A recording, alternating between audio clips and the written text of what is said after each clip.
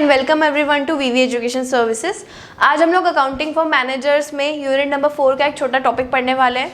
जो टॉपिक का नाम है बजट। बजट एक बहुत ही ऐसा वर्ड है जिसका मीनिंग ऑलमोस्ट सब लोगों को ही पता रहता है। अगर हम इवन अपने घर की भी बात करें तो वहाँ पर हम लोग बजट बनाते हैं। बजट का मतलब बेसिकली क्या होता है कि आपके पास कुछ एक सर्टेन अमाउंट है जो कि आपकी अर्निंग भी हो सकती है, आपकी सेविंग भी हो सकती है। उसको आपको किस तरीके से यूटिलाइज करना है, कहाँ कहाँ पर आपको पैसा किस तरीके से स्पेंड करना है, पैसा जो आ रहा है वो कहाँ से आ रहा है, जो आपका पैसा जा रहा है वो कहाँ जा रहा है, वो बेसिकली जो स्टेटमेंट हम इन सब चीज़ों के लिए बनाते हैं उसको हम कहते हैं बजट। तो यहाँ पर हम लोग अकाउंटिंग लैंग्वेज में हम लोग एक बिजनेस के पॉइंट ऑफ व्यू से अगर देखें तो हमारे पास बहुत सारे टाइप्स के बजट्स होते हैं जो एक बिजनेस में बनते हैं।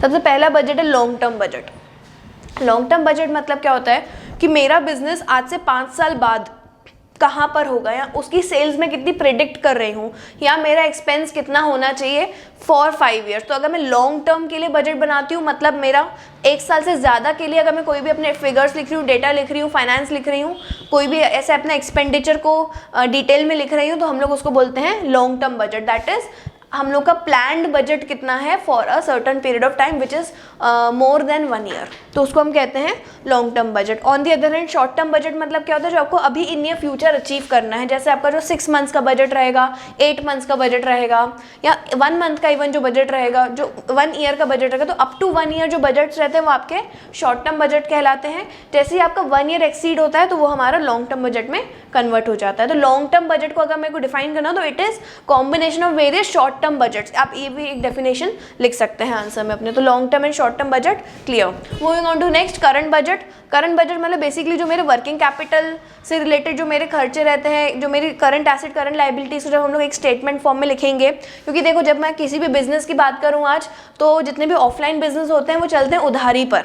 तो उधारी पर कैसे चलता है, अगर मैंने आज रॉ मटेरियल उधार पे खरीदा तो मैं फिनिश गुड बना के जब सेल करूंगी तो मुझे जब कस्टमर्स पैसा देंगे तो वही पैसा मैं किसको दे दूंगी, अपने क्रेडिटर को दे दूंगी जिनसे मैंने रॉ मटेरियल उधार पे खरीदा था। तो ये रोलिंग बिजनेस में चलती रहती है। तो इन सब चीज़ों को अगर मैं प्रॉपर एक फॉर्मेट में लिखूँ, ये बोलने में बहुत आसान लग रहा है, एग्जाम्पल बहुत आसान लग रहा है, लेकिन जब ये सारी चीज़ें मल्टीपल क्रेडिटर्स मल्टीपल डेटर्स आपके होते हैं तो ये सारी चीज़ें आप याद नहीं रख पाते। तो यू वांट कि ये सारी चीज़ें आपकी एक जगह पर लिखी जाएं, और उसी को हम कहते हैं करंट बजट।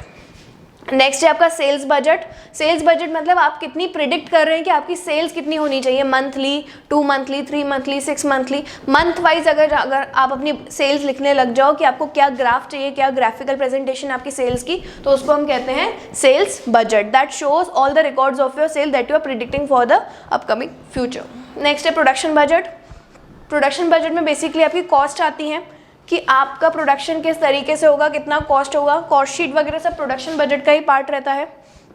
आपके जो फैक्ट्री है वहाँ पे और कौन कौन से अदर एक्सपेंसेस होते हैं, डायरेक्ट एक्सपेंसेस होते हैं, कुछ इनडायरेक्ट एक्सपेंसेस होते हैं, कुछ ऐसे कॉस्ट होता है जो प्रोडक्ट की कॉस्ट, जो कुछ ऐसे आपके खर्चे होते हैं, एक्सपेंसेस होते हैं जो सीधा प्रोडक्ट की कॉस्ट में ऐड होते हैं, कुछ ऐसे होते हैं इनडायरेक्ट रहते हैं, प्रोडक्ट की कॉस्ट में ऐड नहीं होते हैं। तो वो सारे जो खर्चे रहते हैं उसको जब हम लोग एक स्टेटमेंट फॉर्म में लिखते हैं that is known as production budget. Purchase budget मतलब बेसिकली आपके रॉ मटेरियल का बजट रहता है कि आपने कब कितना रॉ मटेरियल मंगवाना है, कब कितना रॉ मटेरियल आपको मेंटेन करना है, that is purchase budget. Next आपका रहता है कैश बजट।